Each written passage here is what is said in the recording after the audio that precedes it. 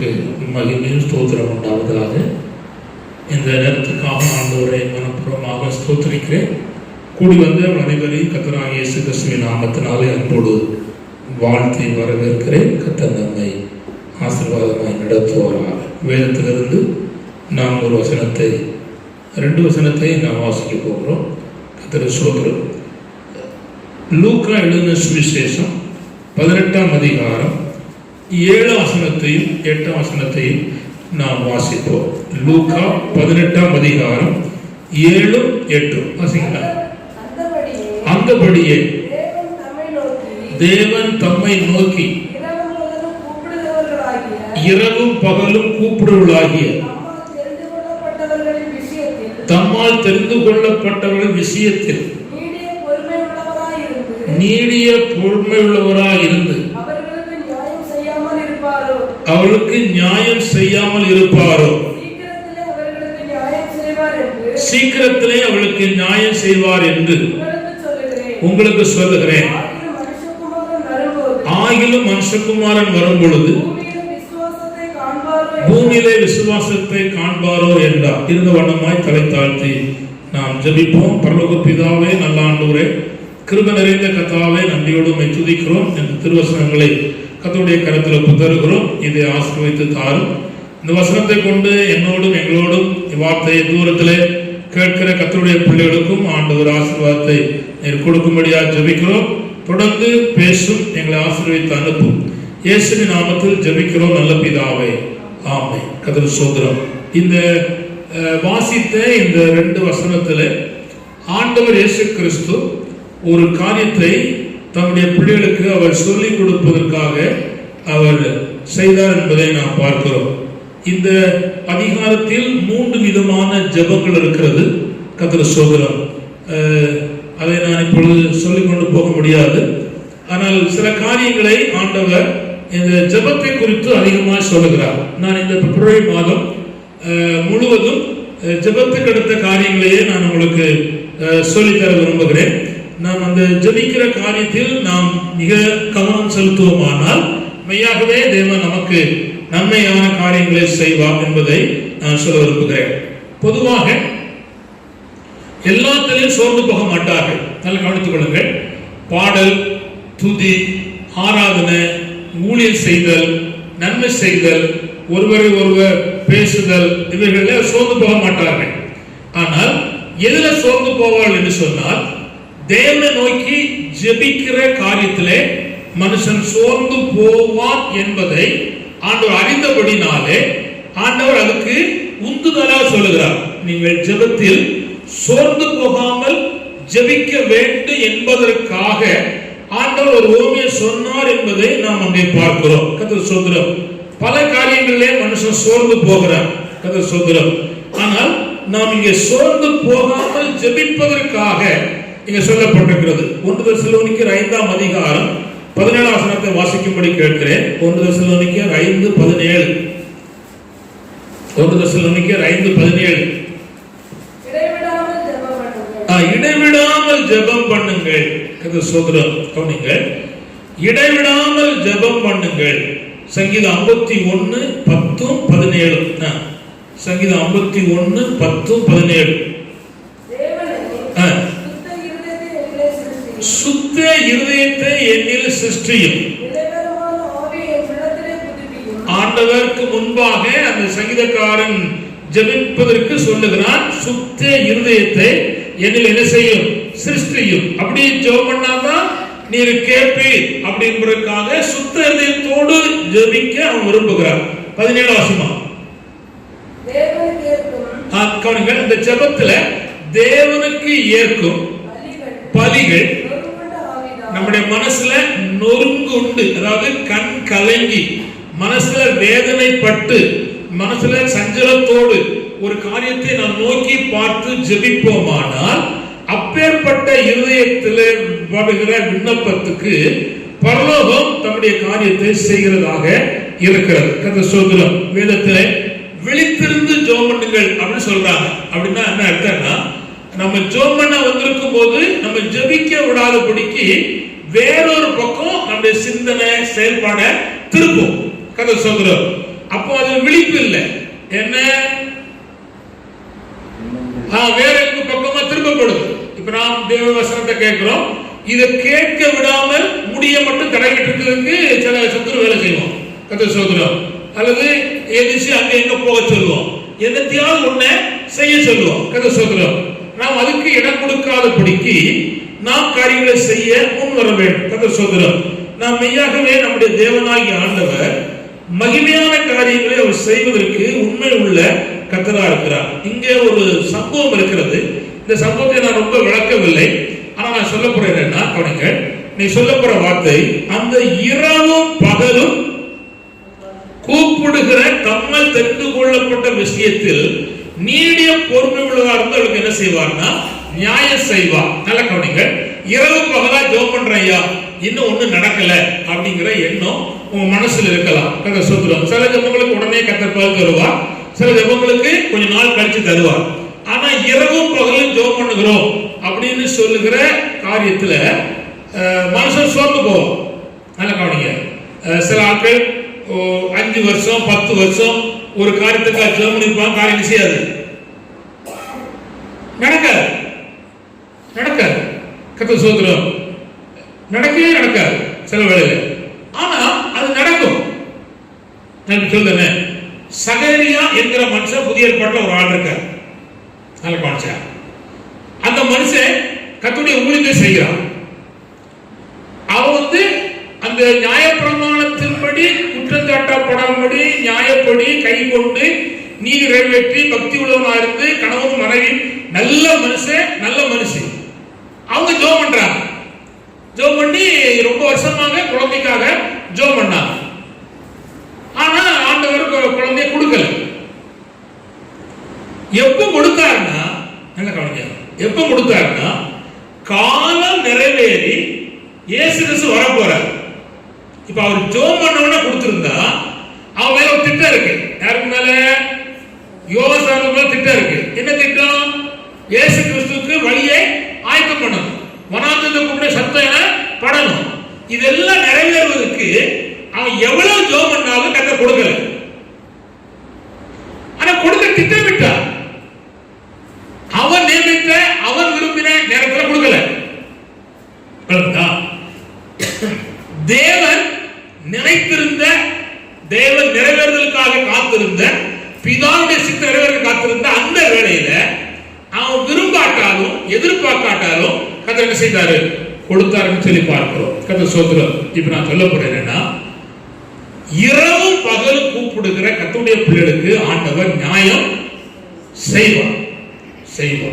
ஆனா கூப்பிடாம இருந்துகிட்டு நியாயம் செய்வாருன்னா அதுக்கு நான் பதில் சொல்ல முடியாது. வேதமும் பதில் சொல்லாது, கர்த்தராகிய இயேசு கிறிஸ்துவும் சொல்ல மாட்டார். வாயை திறந்து என் பிள்ளைகள் நல்லா இருக்கணும் நீங்க ஜெபம் பண்ணீங்கன்னா ஒருவேளை உடனே நடக்காட்டாலும் நிச்சயம் நடக்கும். எனக்கு ஒரு நல்ல சுகம் தரணும் அப்படின்னு ஜெபம் பண்ணா நிச்சயம் சுகம் தருவார். எனக்கு ஒரு நல்ல வீடு வேணும் அப்படின்னு ஜெபம் பண்ணா நிச்சயம் நல்ல வீடே தருவார். ஆனா இரவும் பகலும் கூப்பிடும். இரவும் பகலும் கூப்பிடும். அங்க 2 நேரம் சொல்லப்பட்டிருக்கு. ஆனா வேதத்துல 3 வேளை கூப்பிட்ட ஒருத்தர் இருக்கான், அது தானியேல். 7 வேளை கூப்பிட்ட ஒருத்தர் இருக்கான், அது தாவீது. பாருங்களா, சிலர் தொடர்ச்சியா கூப்பிடுறது இருக்கிறாங்க. கண்டிப்பா நியாயம் செய்யறது நடத்திருக்காரு. சீக்கிரத்தில் அவளுக்கு நியாயம் செய்வார் என்று உங்களுக்கு சொல்லுகிறேன். அது கர்த்தராகிய இயேசு சொல்றார். சீக்கிரத்தில் நியாயம் செய்வார் என்று சொல்லுகிறேன். சகோதரன், இப்ப நான் சொல்ல போறேன்னா பாருங்க, ஜெபம் ஒரு திறவுகோல். ஜெபம் என்னது? சொல்லுங்க. திறவுகோல். நீங்க உங்க வீட்டை திறக்க, உங்க பீரோல திறக்க, வேற இடத்தை திறக்க, சர்ச்சை திறக்க, வேற என்ன சொல்ல திறக்க, கர்த்தர் சொல்றார், திறக்க வச்சிருக்கிற ஒரு திறவுகோல். ஜெபம் ஒரு திறவுகோல். யாருக்கு? அதான் கர்த்தர் சொல்றார். ஜெபிக்கிறவனுக்கு ஜெபம் ஒரு திறவுகோல். இந்த திறவுகோலை நம்ம கையிலே தாரா. நான் தாவீது வீட்டின் திறவுகோலை அவன் தோளின் மேல் வைத்தேன். ஆனால் ஆண்டவர் இயேசு கிறிஸ்துவின் கையிலும் ஒரு திறவுகோல் இருக்கு. ஜெபிக்கிறவருடைய கையிலே அந்த திறவுகோலை கொடுத்திருக்கிறார். பூமியிலே எவை கட்டுவாயோ அது பரலோகத்திலே கட்டப்பட்டிருக்கும். பூமியில எவையில கட்டு அவிழ்ப்பாயோ அது பரலோகத்திலும் கட்டு அவிழ்க்கப்பட்டிருக்கும். நான் இன்று சொல்ல போற செய்தியுடைய தலைப்பு என்னன்னா, ஜெபம் ஒரு திறவுகோல். நீங்கள் ஜெபித்தால் உங்க கையில் இருக்கிற சாவியை கொண்டு திறக்க முடியும். தேவன் வைத்திருக்கிற அந்த திறவுகோலை கொண்டு தேவன் உங்களுக்கான பகுதியை ஆண்டவர் செய்வார், திறப்பார். என்னெல்லாம் திறப்பார் என்பதற்கு வேதத்தில் நிறைய இருக்கு. கர்த்தர் ஸ்தோத்திரம். நானும் தாங்கிட மாட்டேன், நீங்களும் தாங்கிட முடியாது. கர்த்தர் ஸ்தோத்திரம். நீங்க புரிந்து கொள்ளக்கூடிய அளவுக்கு, உங்க மனசுல பதியக்கூடிய அளவுக்கு நான் ஒரு 4 காரியமோ 5 காரியத்தோ நான் உங்களுக்கு சொல்ல விரும்புகிறேன். கர்த்தர் ஸ்தோத்திரம். ஜெபம் மிக முக்கியம். வேதத்திலே கவனிங்க, 40 நாள் உபவாசம் பண்ணி ஜெபித்த மக்கள் இருக்கிறாங்க. கர்த்தர் ஸ்தோத்திரம். அது யாருன்னா, மோசே ஜெபம் பண்ணினார், எலியா ஜெபம் பண்ணினார், அருமையான இயேசு கிறிஸ்து ஜெபம் பண்ணினார். 21 நாள் ஜெபம் பண்ணினவர்கள் இருக்கிறார்கள், 7 நாள் ஜெபம் பண்ணினவர்களும் இருக்கிறார்கள், 3 நாள் ஜெபம் பண்ணினவர்களும் இருக்கிறார்கள், 1 நாள் ஜெபம் பண்ணினவர்களும் இருக்கிறார்கள், ஒரு நாளைக்கு 1 மணி நேரம் ஜெபம் பண்ணினவர்களும் இருக்கிறார்கள். ஆனா நான் சொல்வது இரவும் பகலும். கர்த்தர் ஸ்தோத்திரம்.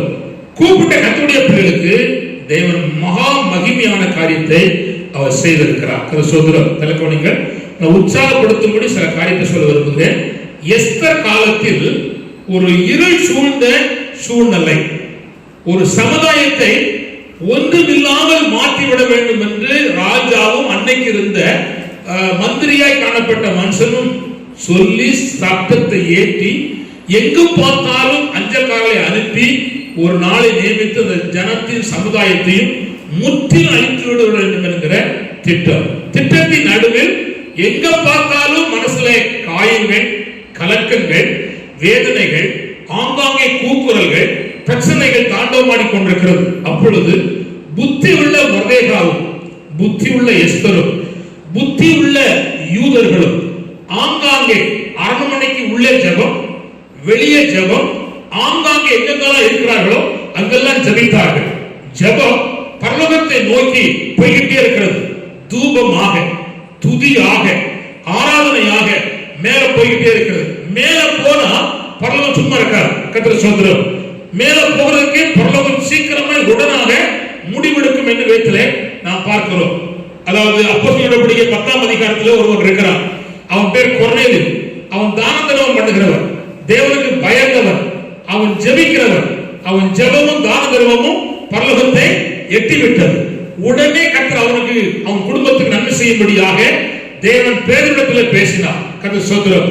அந்த கொர்நேலியுவை ஆண்டவர் பேசினார். இந்த ரெண்டும் சேர்ந்து அந்த குடும்பத்துக்கு ஆசீர்வாதத்தை கொண்டு வந்தது. அப்படியானால் நம்முடைய தூபம், ஜெபம், துதி, ஆராதனை, தேவனை நோக்கி சத்தமிடுதல் பரலோகத்துக்கு போயிட்டே இருக்குமானால் பரலோகம் எழுப்பி தன்னுடைய வேலையை செய்கிறதா இருக்கிறது.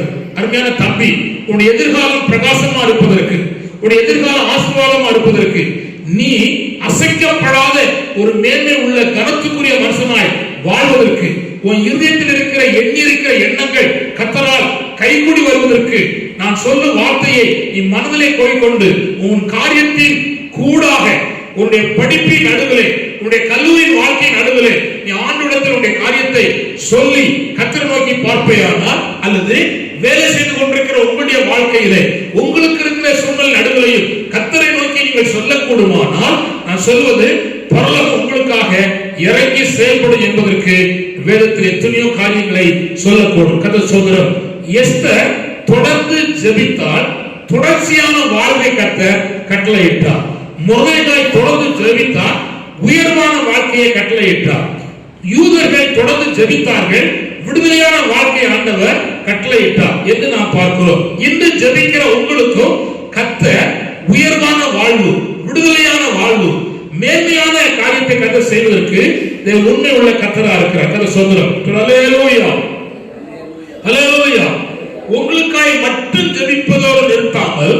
ஊழியர்களுக்காக நீங்கள் ஜெபிக்க வேண்டும்.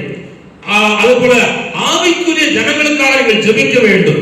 அடுத்தது, வட இந்தியாவிலே பல தேசங்களிலே மிஷனரிகளா இருக்கிறார்கள். அவருடைய குடும்பங்கள், பிள்ளைகள் கர்த்தருடைய ஊழியத்தை பாதுகாப்போடு செய்வதற்காக நீங்கள் ஜெபிக்க வேண்டும். ஜெபித்தால் தேவன் செய்வது என்னவென்றால், கவனித்துக் கொள்ளுங்கள், முதலாவது நான் சொல்லுவது என்னவென்றால், ஜெபித்தால் தேவன் திறக்க கூடாததை தேவன் திறக்கிறார். அல்லேலூயா. ஒன்று, தேவன் கல்லான இருதயத்தை தேவன் திறக்கிறார். கர்த்தர் ஸ்தோத்திரம். அசைக்கப்படாத கல் போல இருக்கிறது. கர்த்தர் ஸ்தோத்திரம்.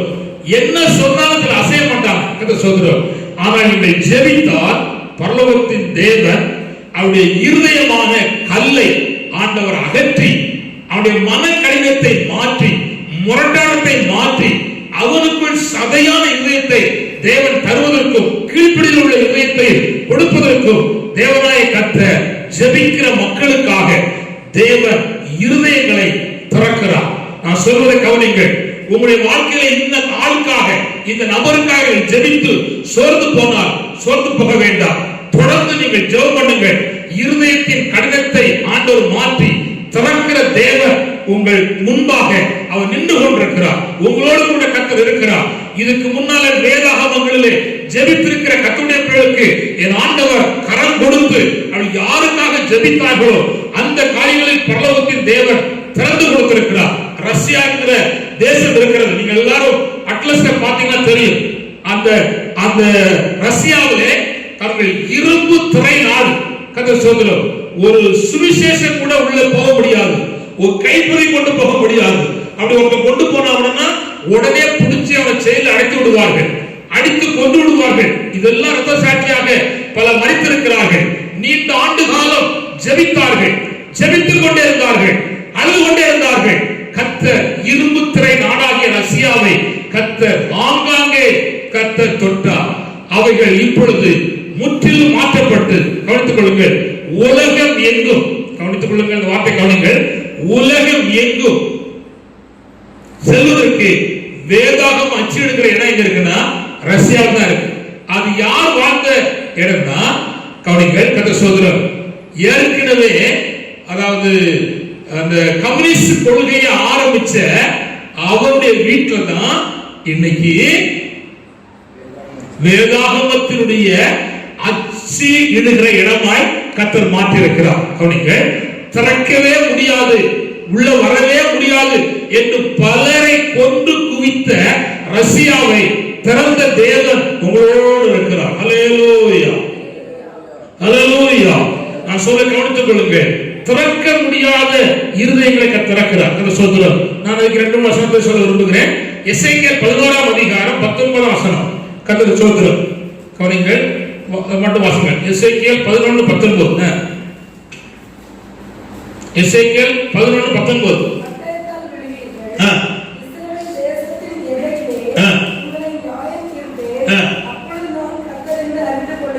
வாசிங்க.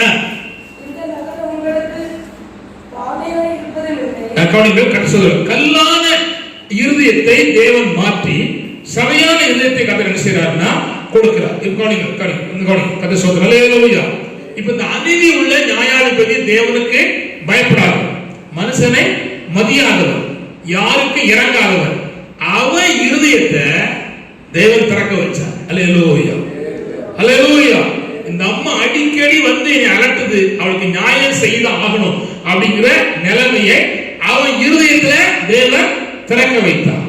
அப்போஸ்தலர் 16ஆம் அதிகாரத்துல ஒரு அம்மா வாரார். அவர் பெரிய பணக்காரர், ஐஸ்வர்யவாட்டி, ரத்தாம்பரம் இருக்கிறவர். கவனித்துக் கொள்ளுங்க. அவருடைய இருதயத்தை தேவனாய் கர்த்தர் திறந்தார். கர்த்தர் ஸ்தோத்திரம், அல்லேலூயா. நீதிமொழிகள் 21:21 வாசிப்போம். நீதிமொழிகள் 21:21. நீதிமொழிகள் 21:21.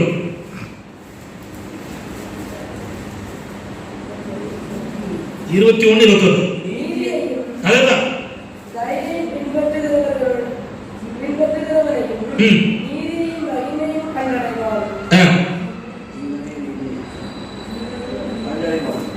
கர்த்தர் ஸ்தோத்திரம். அதுல அறிவிக்கப்பட ராஜாவுடைய இருதயத்தை ஆண்டவர் திருப்புகிறார், திருப்புகிறார். கர்த்தரின் கையில் இருக்கிறது. அந்த வசனத்தில் 21:1 வாசிங்க. ராஜாக்களுடைய இருதயம் கர்த்தருடைய கையில் இருக்கிற நீர்க்கால் போல வாசிங்க. அதை தம்முடைய சித்தத்தின்படி அவர் திருப்புகிறார். அவர் தம்முடைய சித்தத்தின்படி திருப்புகிறார். இப்ப நல்ல கவனிங்க. நம்ம நாட்டு நம்மள மேலுக்கு உட்கார்ந்திருக்கிற அந்த பெரியவர்களுடைய இருதயம் யார் கையில இருக்கு? தேவன் கையில இருக்கு. நம்ம சரியா காரியங்களை செய்தா அவங்க இருதயத்தை அவர் செய்வாரு, திருப்புவா. அப்போ கவனிங்க, ஆண்டவர் அறிஞ்சானோ அறியலையோ திருப்ப தேவன் வல்லவர். பார்வோன் இஸ்ரவேல் ஜனத்தை போகவே விட மாட்டாங்க. திருப்பினாரா? திருப்பினார். நேபுகாத்நேச்சார் திரும்பவே மாட்டேன்னு வந்தான். ஆண்டவர் திருப்பினார். கதை சொல்றோம்.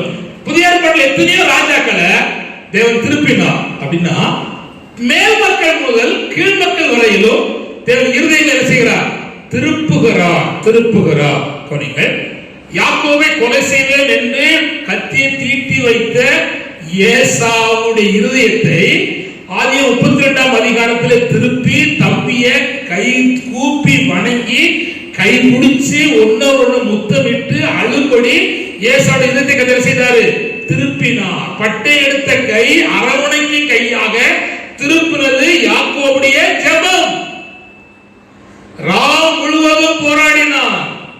தன்னோடு வந்த தேவனுடைய தூதனானவர் கூட ராவணன் செய்தான், போராடினான். பட்டயத்தை எடுத்தவன் பட்டயத்தை கீழே போட்டு கட்டி பிடிச்சி முத்தமிட்டான். உனக்கு வழிகாட்டுது, உனக்கு துணையாக இருப்ப, நீ வாப்பா அப்படின்னு சொல்லி அவன் சொன்னான். ஏன்? மோசமான இதயத்தை திறப்பதற்கு நாம் ஜெபித்தால் தேவன் திறவுகோலை கொண்டு திறக்கிற தேவனா இருக்கிறார். அல்லேலூயா. அப்போ ஜெபிக்கிறது இருதயத்தை திறக்கிறது. அல்லேலூயா. நான் திரும்ப சொல்லுகிறேன். உங்களுக்கு பல நன்மைகள் வரணுமானா வடக்கையும் தெற்கிருந்து வராது. ஜெயம் வரணுமானாலும் மேற்கையும் கிழக்கிருந்து வராது. எங்கிருந்து வரும்?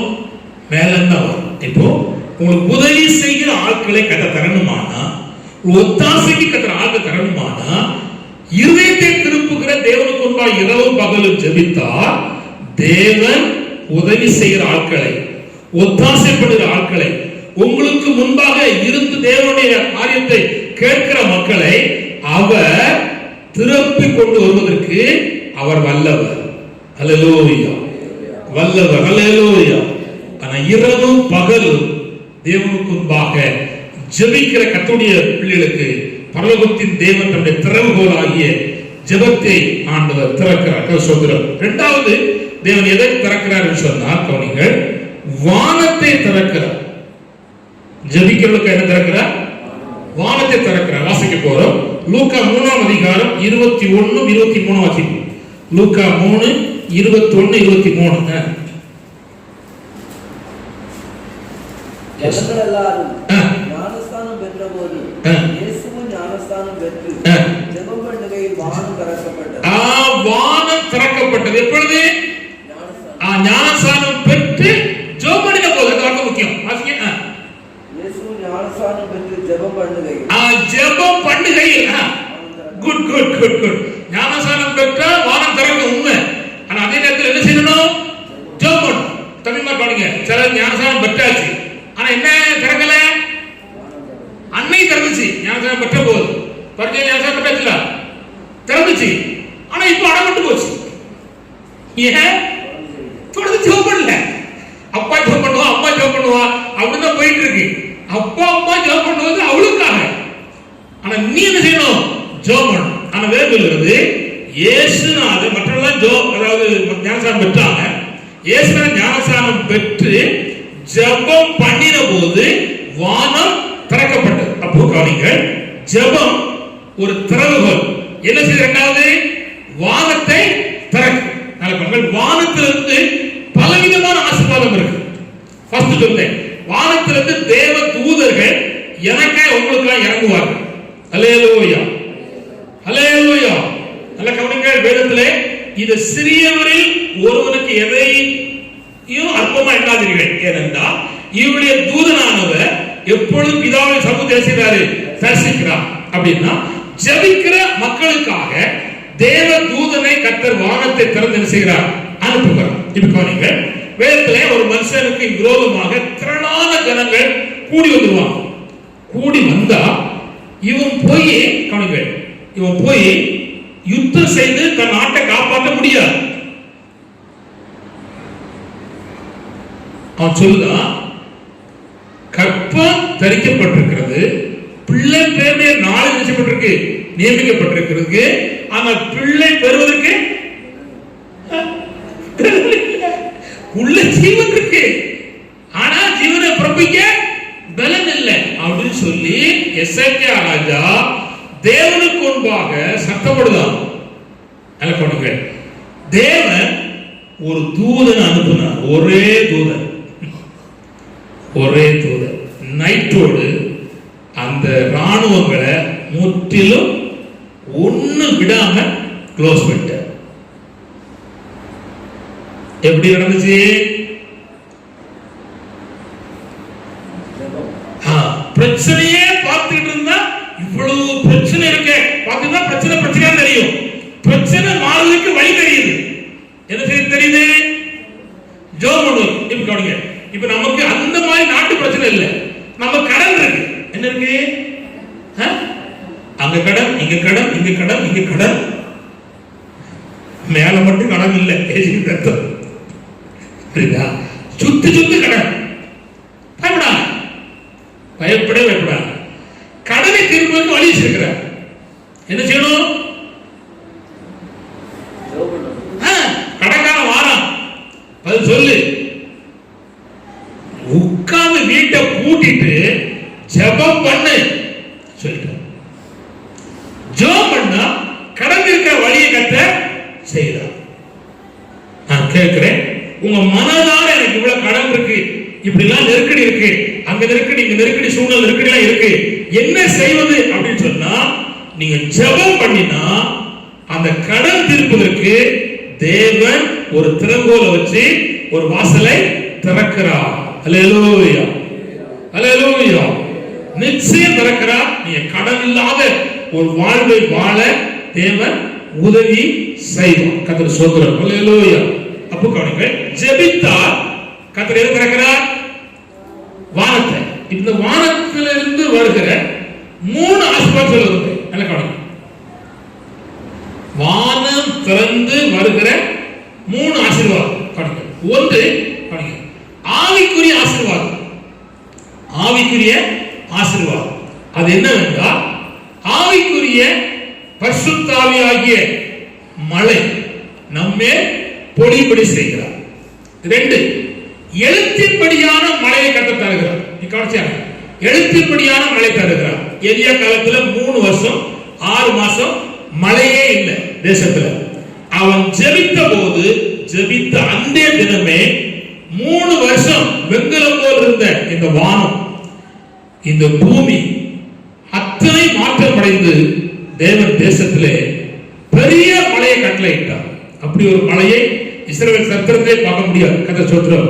அவ்வளவு பெரிய மழையை ஆண்டவர் கட்டளையிட்டார். கர்த்தர் ஸ்தோத்திரம். நல்ல கவனிங்க, ஜெபித்தால் ஆவிக்குரிய மழையாகிய ஆசீர்வாதத்தை ஆண்டவர் வானத்தில் திறக்கிறார்.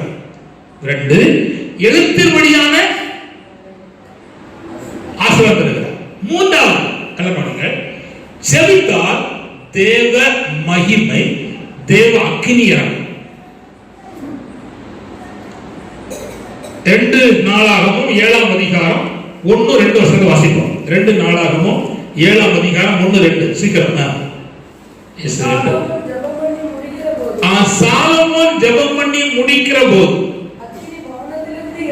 அக்கினி வானத்திலிருந்து இறங்கி சர்வாங்க தகன பலியையும்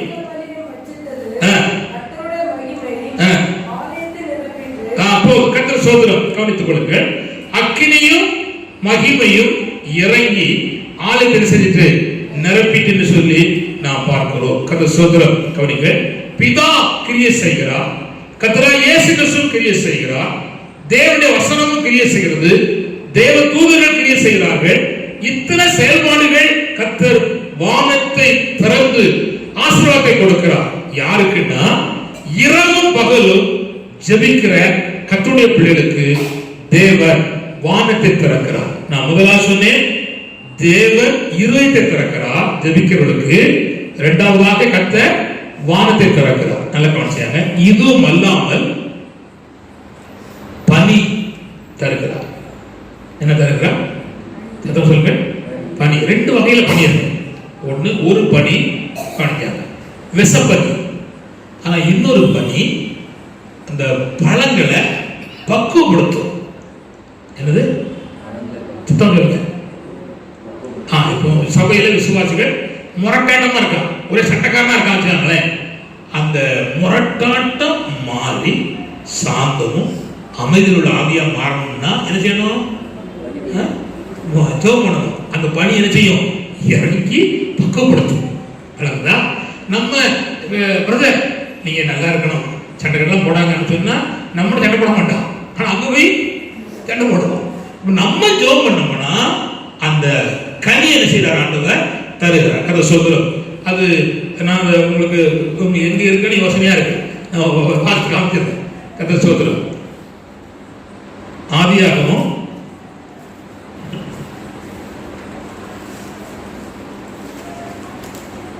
'யோசேப்புக்கு சொல்லப்பட்ட ஆசீர்வாதத்துல இருக்கு.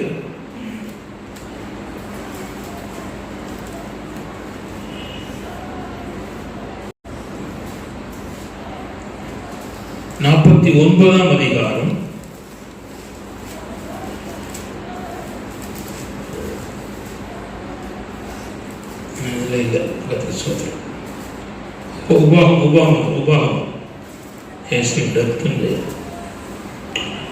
உபாகமம் ஏசப்பா சோதரம்.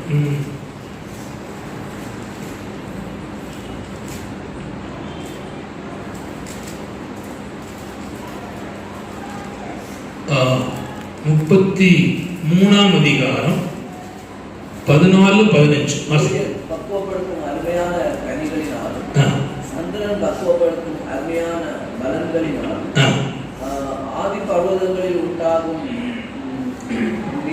திரவியங்களினாலும் நித்திய மலைகளில் நடக்கும் அருள் பொருள்களினாலும் நாடும் அதன் நிறைவு கொடுக்கும் அருமையான தானியங்களினாலும் ஆசீர்வதிக்கப்படுவதாக.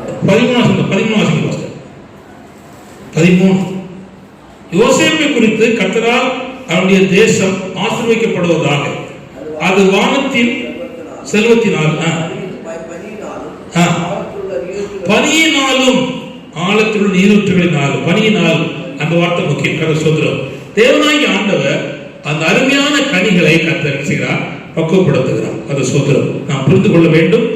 நாம் கனியை தேடுவது உண்மையானால் ஆவிக்குரிய வட்டாரத்தில் கனியை உண்டு பண்ணுகிற தேவனுக்கு முன்பாக நாம் இரவும் பகலும் ஜெபம் பண்ணினால் கனியற்று இருக்கிற தேவ பிள்ளைகள் நடுவிலே தேவன் கனியை செய்கிறார், கொடுக்கிறார். கதை சொல்றோம். நான் 3வது ஜெபம் என்ன கிடைக்கும்னா தேவனுடைய தரிசனம் கிடைக்கும். ஜெபம் பண்ணினால் தேவனுடைய தரிசனம் கிடைக்கும். இதுவரை தேவ தரிசனத்தை காணாமல் இருக்கிற யாரானாலும் நீங்கள் ஜெபித்தால் தேவ தரிசனம் கிடைக்கும். அல்லது தேவனுடைய புதிய திட்டம் உங்களுக்கு வெளிப்படுத்தப்படும், தேவனுடைய சித்தம் உங்களுக்கு அறிவிக்கப்படும். இதுவரை இல்லாத, இதுவரை கண்டிராத மகிமையான காரியங்களை கர்த்தர் உங்களுக்கு செய்வதற்கு, ஆண்டவர் உதவி செய்வதற்கு உண்மை உள்ள கர்த்தராக இருக்கிறார். அது அப்போஸ்தலர் நடவடிக்கை 10ஆம் அதிகாரத்தில் 9ஆம் அதிகாரத்தில் 10ஆம் அதிகாரம் 9ஆம் வசனத்தை வாசிப்போம். கதை சொல்றோம். அப்போஸ்தலர் 10:9.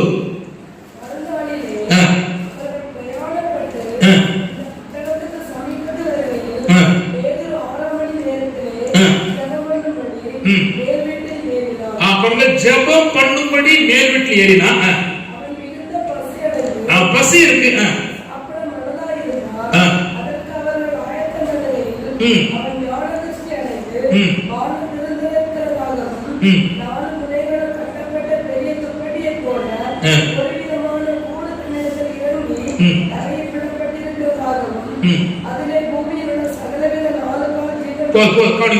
அவனுக்கு இதுவரை கண்டிராத, இதுவரை அவன் பார்த்திராத ஒரு தேவ திட்டத்தை, புதிய திட்டத்தை, புதிய பாதையை ஆண்டவர் அவனுக்கு தரிசனத்தை ஆண்டவர் காண்பிக்கிறார்.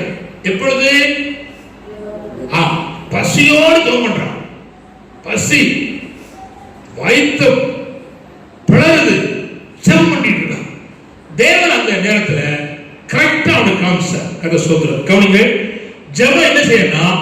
தேவ தரிசனத்தை வெளிப்படுத்துகிறது, புதிய திட்டத்தை தேவன் வெளிப்படுத்துகிறது, புதிய பாதையை தேவன் செய்ய வைக்கிறது, தேவ சித்தத்தை நிறைவேற்றுவதற்கான தேவன் திறந்த வாசலை கத்த வைக்கிறார். கதை சோதரர் நல்ல கவனிங்க. நம்முடைய வாழ்க்கையிலே இதுவரை கடந்து போகாத பாதையிலே கர்த்தர் உங்களை நடத்துவார். ஒன்று கதை சோதரர், இதுவரை கண்டிராத புதிய காரியங்களை கர்த்தர் உங்களுக்காக செய்வார். எங்கே செய்வார்? வனாந்தரமான வழியிலே ஆண்டவர் செய்வார், அவாந்தர வழியிலே கர்த்தர் செய்வார். கர்த்தர் சோதரர் அதோடு கூட மாத்திரமல்ல, கவனிங்க, அப்போஸ்தலனாகிய பவுல் வாழ்க்கையிலே ஒரு பெரிய ரகசியம் ஏற்பட்டது. அது என்னவென்று சொன்னால், ஆசியாவிலே வசனம் சொல்வதற்கு பரிசுத்த ஆவியானவரால் தடை பண்ணப்பட்டு அவன் மக்கதோனியா நாட்டுக்கு போகத்தக்கதாக தேவன் அவனை நடத்தினார். அவனுக்கு ஆசை எங்க? ஆசியாவில் சொல்லுது. ஆனா ஆண்டவர் அதை தடுத்து நிறுத்தி எங்க அனுப்பினார்? மக்கதோனியாவுக்கு அனுப்பினார். அது கொஞ்சம் கஷ்டம் அவனுக்கு. ஆனா தேவன் அவனுக்கு புதிய காரியத்தை செய்தார் சொல்லி பார்க்கிறோம். அப்படியானால் தேவன் நடத்தினதிலே புதிய வழியை திறந்தார். அவனை கர்த்தர் தான் நடத்துறார். ஆனா அந்த சூழ்நிலையிலே அவன் ஜெபிப்பதனாலே தேவன் புதிய வழியை திறந்தார். சோதரம் கவனிக்க. அப்படின்னா மறைந்திருக்கிற நன்மைகளை கர்த்தர் அவன் கையிலே கொடுத்தார். அவன் ஜெபிக்கிற மக்களுக்கு இதுவரை மறைத்து வைக்கப்பட்ட நன்மைகளை கர்த்தர் கொடுத்தோம். கர்த்தர் சோதரம். ஹல்லேலூயா. அடுத்து கவனிக்க. தினம் தினம் புதிய காரியங்களை கர்த்தர் செய்வார். யாருக்கு? ஜெபிக்கிறவளுக்கு. பழசையே தர மாட்டார். தினம் தினம் சொல்லுங்க, புதிய காரியங்களை கர்த்தர் செய்வார். ஹல்லேலூயா. கர்த்தர் சோதரம். இந்த ரெண்டு காரியம் சொல்லிடுவேன் வேகமா. கர்த்தர் சோதரம் வாசிப்போம். கவனிங்க. ஜெபிக்கிறவளுக்கு என்ன நடக்கும்னா, கவனிங்க, வாக்கு தத்த நிறைவேறும். என்ன நிறைவேறும்? சத்தம் சொல்லுங்க. ஹல்லேலூயா. சத்தம் ஹல்லேலூயா. வாக்குத்தத்தம் என்றால் என்ன அப்படின்னா, உங்களை காப்பேன், உங்களை ஆசீர்வதிப்பேன், உங்களை கூட இருப்பேன், உன் பிள்ளைக்கு நன்மை செய்வேன் அப்படின்னு தேவன் சொன்ன அந்த வாக்குத்தத்தம் எப்ப நிறைவேறும்னா, ஜெபம் பண்றவங்களுக்கு தான் நிறைவேறும். புரியுதா? இப்ப பண்ணி நான் உன்னை பெரிய ஜாதிய ஆக்குவேன் சொல்லிட்டேன். ஆனா என்ன செய்யணும்? கையை கட்டிக்கிட்டு சும்மா இருக்கணும். அப்படிதான் இப்ப இருக்கு. கையை நச்சுன்னு கட்டிக்கிட்டு எனக்கு இருக்க பாடே போதாதா, எனக்கு இல்லையா ஜெபம் சொல்லிட்டு இருக்க அப்படின்னு. அப்படி இல்லை, ஜெபம். நான் வேதத்துல ரெண்டு காரியத்தை உங்களுக்கு வேகமா எடுத்து காட்ட விரும்புகிறேன். அந்த சோதரம் யாத்திராகமம் 2ஆம் அதிகாரம் 23, 24, 25 சீக்கிரம் வாசிங்க. யாத்திராகமம் 2ஆம் அதிகாரம் 23, 24, 25. சில காலம் சென்றபின் எகிப்து ராஜா மரித்தார். இஸ்ரவேல் புத்திரர் அடிமைத்தனத்தினால் முறையிட்டுக் கொண்டிருந்தார்கள். அவர்கள் அடிமைத்தனத்திலிருந்து முறையிடும் சத்தம், அடிமைத்தனத்திலிருந்து முறையிடும் சத்தம் தேவ சன்னதியில் எட்டிட்டு தேவன் அவர்கள் பெருமூச்சை கேட்டு ஆபிரகாமோடும் இதுக்கு முன்னால சில உடன்படிக்கை பண்ணியிருக்கார். யாரோட? ஆபிரகாமோட,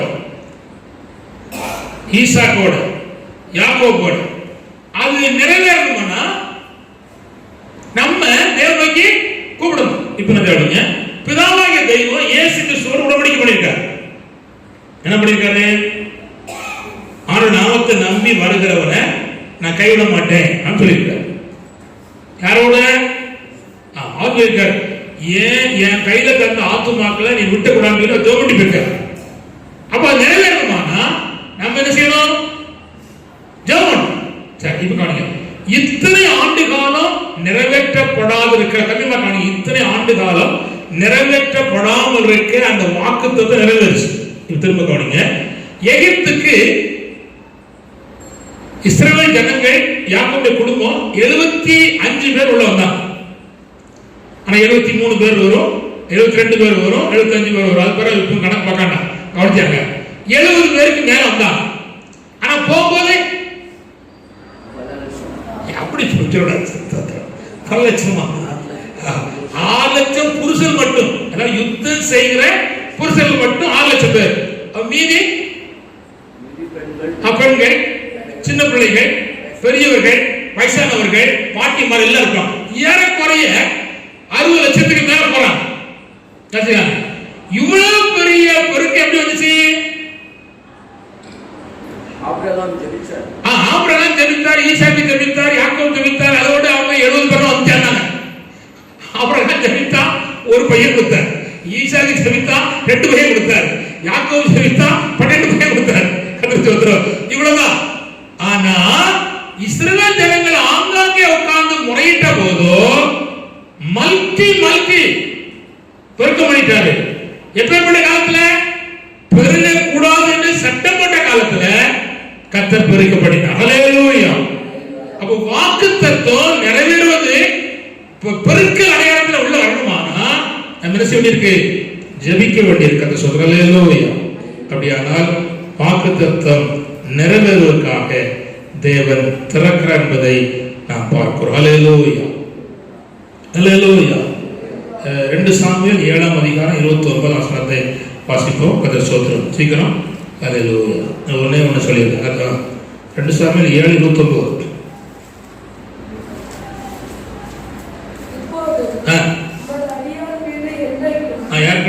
மலையோட சொன்னது ஆண்டவர் சொன்ன அந்த வாக்குத்தத்தத்தை நிறைவேறுவதற்காக அவன் ஜெபம் பண்றான். கர்த்தர் அப்படியே ஆசீர்வதித்து கொடுத்துட்டார். நல்ல கவனிங்கள். இப்போ நான் சொல்ல போறது என்னன்னா, நல்ல கவனிங்கள். ஜெபிக்கிறவர்கள் சோதரிப்பார்கள். ஹல்லேலூயா, ஹல்லேலூயா. கடைசியாக நான் சொல்ல போறது, இந்த ஆண்டு நீ கர்த்தருக்கு முன்பாக ஜெபிப்பாயானால் இதுவரை சோதரிக்காததை நீ சோதரித்துக் கொள்வாய். ஹல்லேலூயா, ஹல்லேலூயா.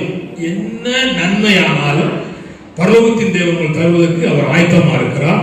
நீங்கள் ஜெபித்தால் நீங்கள் சோதரித்துக் கொள்ளலாம். வேதத்திலே ஜெபித்த தெய்வ மக்கள் பல காரியங்களை சோதரித்தார்கள். சிம்பிளா சொல்லித்தார்கள்.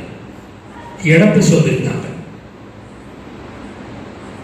குழந்தையை சோதரித்தாங்க, ஞானத்தை சோதரித்தாங்க, ஆசீர்வாதத்தை சோதரித்தாங்க, கட்டாத வீட்டை சோதரித்தாங்க. ஜெபித்தவர்கள் அநேக நன்மைகளை சோதரித்துக் கொண்டார்கள். அப்போ கவனிங்கள், ஜெபம் ஒரு மகிமையான திறவுகோல். ஜெபிக்கிறவர்களுக்கு தேவன் இருதயத்தை திறக்கிறார், வானத்தை திறக்கிறார். அதுக்கப்புறம்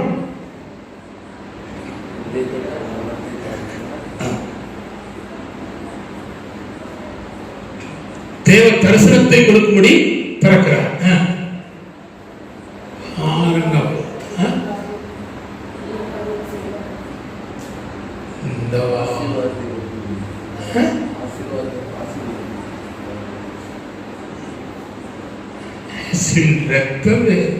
கர்த்தர் சொல்றார். திரும்ப நான் சொன்னதை நினைப்படி பாருங்க. ஃபர்ஸ்ட் இரவும் பகலும் ஜெபிக்கிறவர்களுக்கு இருதயத்தை திறக்கிறார். 2